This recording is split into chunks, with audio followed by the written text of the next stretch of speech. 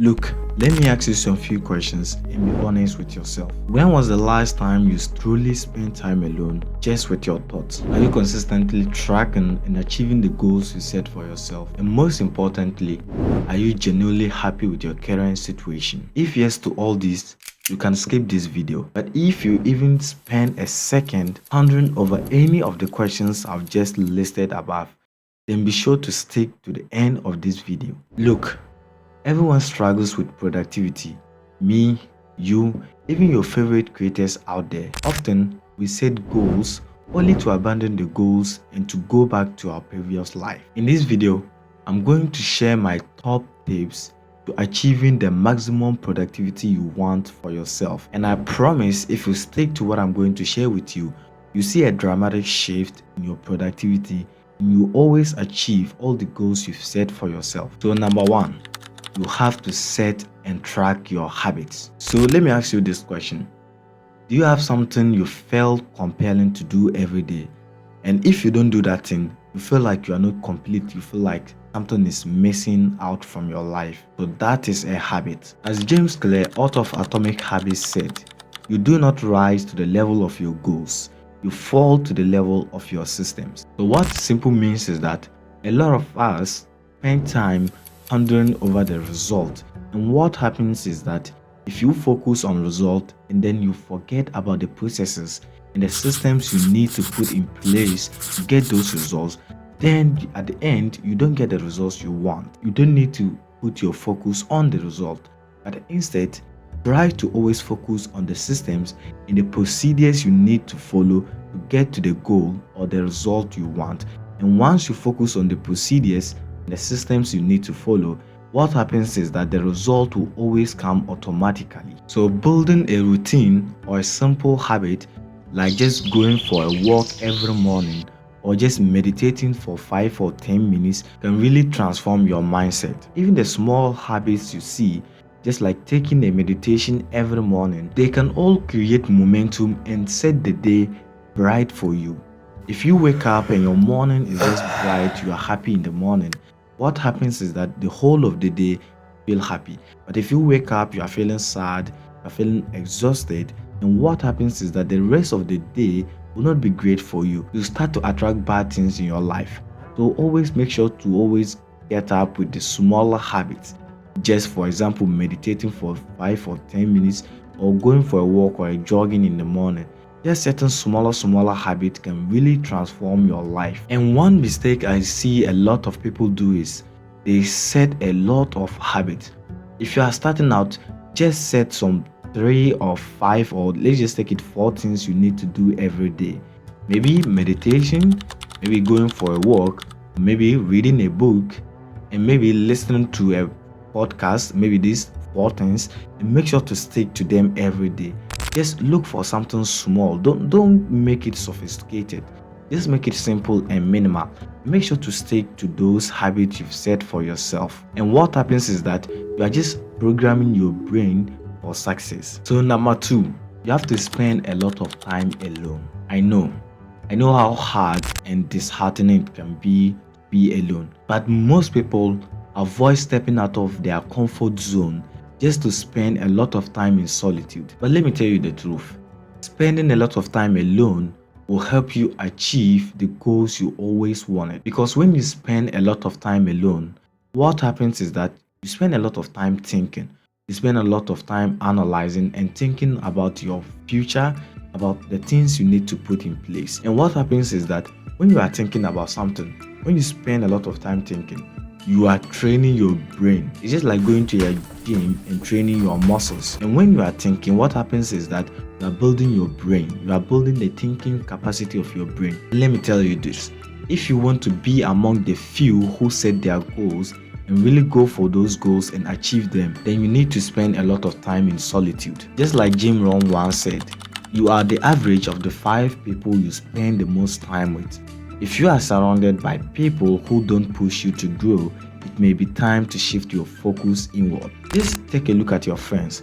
If you have a lot of friends, just take 5 of them, for example. What happens is that you cultivate some kind of habit. All the 5 of you have that common trait in you. It's like you have this in you that all your friends have. You have this habit that is just woven around the five of you. If you spend a lot of time with the wrong people, what happens is that they'll suck your energy, they'll bring bad energy into your life. So make sure to always step out if you know that you are not with the right people.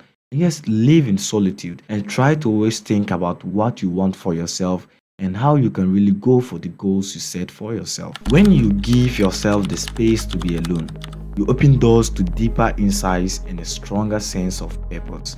Embrace this time as an investment in yourself and your future. So number 3, set goals you can control. Most people say that without goals you cannot succeed. That's not far from the truth. But there's more to it than setting goals. The real truth is when you set goals that you cannot control, you are just setting yourself for disappointment and failures. When you set goals based on outcomes you can't guarantee, you are most likely to feel frustrated and disappointed at the end. For example, setting a goal like making $5,000 a month can quickly backfire at you because the truth is, you cannot tell how much you can earn at the end of this month. It is out of your control. It is something you cannot control. Why then set that goal? So don't set those kind of goals that you cannot control. So when you set goals like this, like earning $5,000 a month, if you don't earn that $5,000 by the end of the month, what happens is that you feel frustrated, you feel disappointed, and you feel like you didn't achieve the goal you set for yourself. And that can lead to failure. But instead, consider goals based on actions, goals you can quickly act on. For example, let's just take it, you set a goal like completing 2 projects in a month. So this is a goal you can quickly control. You can control the amount of projects you finish by the end of this month. So setting a goal like this, you can easily accomplish it, rather than setting a goal like earning $5,000 a month. Because when you set goals that you can control, like completing the 2 projects goal you've set, what happens is that if you complete those 2 projects, then you are more likely to earn that $5,000 goal you set for yourself. So rather than setting the $5,000 goal, set a goal like completing 2 projects. And when you complete those 2 projects, then you get the result you want for yourself. As author James Clear puts it, you should be far more concerned with your current trajectory than with your current result. And always remember, success is not about hitting every mark, but about committing to a path of consistent,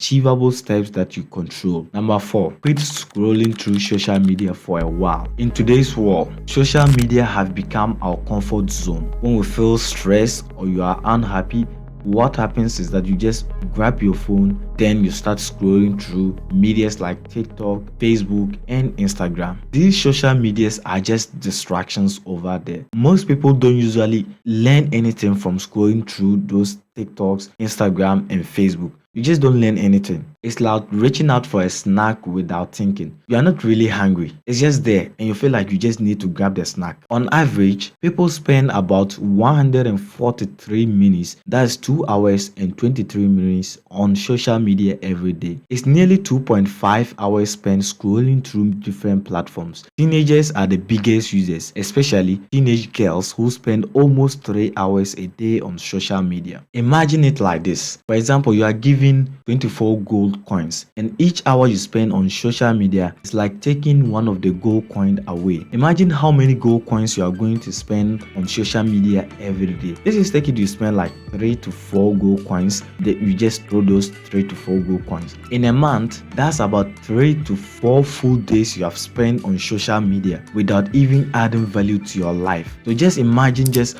spending 3 to 4 days on something that do not add value to your life. How does it feel? I'm not saying social media is all that bad. You can use social media to connect with others and even learn. But it's like junk food. A little can quickly turn into too much. For example, you can decide to just open for 1 minute. But what happens is that 1 minute transforms into 10 minutes. What happens is that from 10 minutes, you realize that you have even spent almost hours on social media. That's how it is. It is addictive. And once you just open it, then you cannot just go back. You have to be there until your data bundle finish or you lose connectivity before you just go out. So what I'm saying is that even if you cannot cut it out from your life, but try to always limit social media. Try to just limit it. So you need to set boundaries with social media. And when you are opening the social media, make sure that you are opening it just because you feel like opening it, not because the social media asks you to open it. For example, don't go and open your social media just because you saw a notification. No, open the social media or the application just because you feel like you have to open it, do something, or to achieve something from it. Are you someone who works solo? You don't have a team and you are constantly struggling with work and you don't know what to really do? I think this video will be helpful for you. Make sure to watch the next video to learn how I've learned to work solo myself. And I'll see you in the next one.